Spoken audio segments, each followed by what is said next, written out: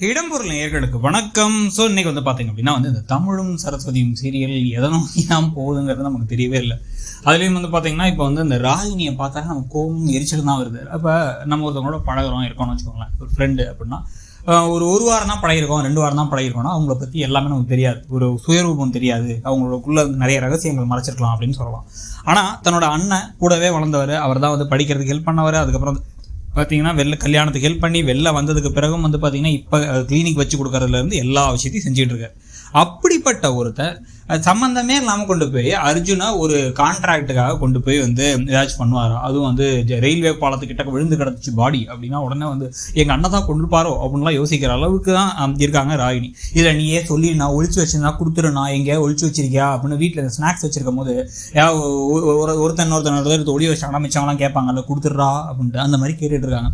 இந்த மாதிரி ஒரு தத்தியெல்லாம் எப்படி டாக்டருக்கு படிச்சாங்கிறது நமக்கு புரியல. இதில் வேற அவங்களுக்கு இத்தனை நாள் மறந்துருந்தாலும் திடீர்னு காலுக்கு ஆப்ரேஷன் பண்ணுறாங்களா இதே காமிச்சிட்டு இருந்தாங்க வேற. ஸோ இப்போ இந்த கான்ட்ராக்ட் கதையெல்லாம் தாண்டி இப்போ பார்த்தீங்கன்னா எங்கே இருக்கார் அர்ஜுன் அப்படின்னு பார்த்தா, அர்ஜுன் ஒளிஞ்சுதான் இருக்கார் ஒரு வீட்டில். பரம முதல்ல ஆதரவற்றவங்களுக்குலாம் சாப்பாடு போடுற மாதிரி காமிச்சாலாம் நடிப்புங்கிறத கண்டுபிடிச்சு இந்த இடத்துல இருக்காங்க. கண்டுபிடிச்சதுக்கு பிறகு இது சரஸ்வதிட்டின்னு சொல்லிட்டு இப்போ ஒரு பெரிய பிளான் பண்ணுறாங்க. அர்ஜுனும் இவர் தமிழும் நமச்சியும் சேர்ந்து. என்ன பிளான் அப்படின்னு கேட்டால், ரூமுக்குள்ளே அவங்க 2 பேர்த்தையும் அடைச்சிட்டு, எந்த வீட்டுக்குள்ளே ஒளிஞ்சிருக்காரோ அர்ஜுன் அந்த வீட்டை அடைச்சிட்டு வெளியே இருந்து பேய் வர மாதிரி சலங்க சத்தம், காத்தடிக்கிற சத்தம், மிமிக்ரி வித்தைகள்லாம் காமிக்கிறதான். இதெல்லாம் எங்கே போய் சொல்கிறதுன்னு நமக்கு புரியல. ஸோ இது நடந்துக்கிட்டு இருக்கும் பொழுதே அடுத்து பார்த்தீங்க அப்படின்னா அவங்களுக்கு சாப்பாடு வேணுமா, இந்த சாப்பாடு அனுப்பிக்கிறோன்னு ஒரு தேக்ஸால சாப்பாடு அனுப்பிக்கிறாங்க. அந்த சாப்பாடு பார்த்தா வெறும் எலும்பு கூட இருக்குது. ஃபோன் அதெல்லாம் எதுவுமே இல்லையா, அப்படியே அவங்க உள்ளே சிக்கியிருக்காங்களா இவங்க 2 பேரும் தப்பிக்க முடியாமல், என்ன பண்ணுறதுன்னு தெரியாமல். அதுக்கு மட்டும் இல்லாமல் எப்படி ஜெயிலுக்குள்ளே இருக்கும் போது காரமான சாப்பாடை சரஸ்வதியை சாப்பிட வச்சாங்களோ அந்த மாதிரி இப்போ அர்ஜுனுக்கும் இவருக்கும் பசியில் ரொம்ப பசியில் இருக்கும்போது காரமான சாப்பாடு மிளகா பொடியை போட்டு அனுப்பி வைக்கிறாங்களாம். அதை சாப்பிட்டு அவங்க காரமாக இருக்குன்னு கத்துறதை பார்த்து ரசிக்கிறாங்களாமா. இதே தமிழ் தான் இன்னைக்கு என்ன சொன்னார்னா, உன் புருஷனை போய் ஒழிச்சு வச்சுட்டு அவனை டார்ச்சர் பண்ணுற அளவுக்கு மனசாட்சி இல்லாதவனே என்ன நினைச்சி ஆமா ராகினி அப்படின்னாரு. திருப்பி நைட்டு பார்த்தா அதையே செய்கிறாரு. இந்த கதையில யாராச்சும் சொன்ன ஒரு வார்த்தையை காப்பாற்றுற மாதிரி இல்லை உருப்படியாக நம்ம பார்த்து வாவ் சூப்பர் நல்ல கேரக்டர் அப்படின்னு நினைக்கிற மாதிரி இருக்காங்களான்னு பார்த்தா எதுவுமே இல்லை.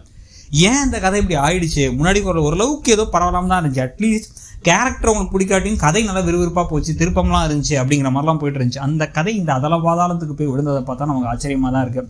இதுக்கப்புறம் இந்த கதையை இழுக்கிறதுக்கு பதிலாக நீங்கள் இப்போ இந்த கதை ரொம்ப நாள் போகணும். ஏன்னா அந்த டிஆர்பியில் நீங்கள் எல்லா சேனலையும் வச்சு பார்த்தாலுமே அர்பன் டிஆர்பியில் நம்பர் 1 இடத்துல இருக்காங்க முடிஞ்ச வரைக்கும். ஸோ இவங்க அந்த சமயத்தில் அப்போ வேறு என்ன பிளான் பண்ணலாம் அப்படின்னு பிளான் பண்ணி யோசிச்சு அர்ஜுன் விஷயத்தை காலி பண்ணிட்டு புதுசாக ஒரு வில்லியோ கொண்டு அந்த கதையை கொண்டு போனால் கூட பரவாயில்ல. இந்த அர்ஜுனை வச்சே இன்னும் இழுத்துட்டே போகிறது ரொம்பவே போர் அடிக்கவும் ஆரம்பிச்சிச்சு, டயர்ட் ஆக்கிடுது நம்மளை. ஸோ உங்களுக்கு என்ன தோணுதுங்கிறத சொல்லுங்கள். தேங்க்யூ. இடம்பொருள் நேயர்களுக்கு வணக்கம்.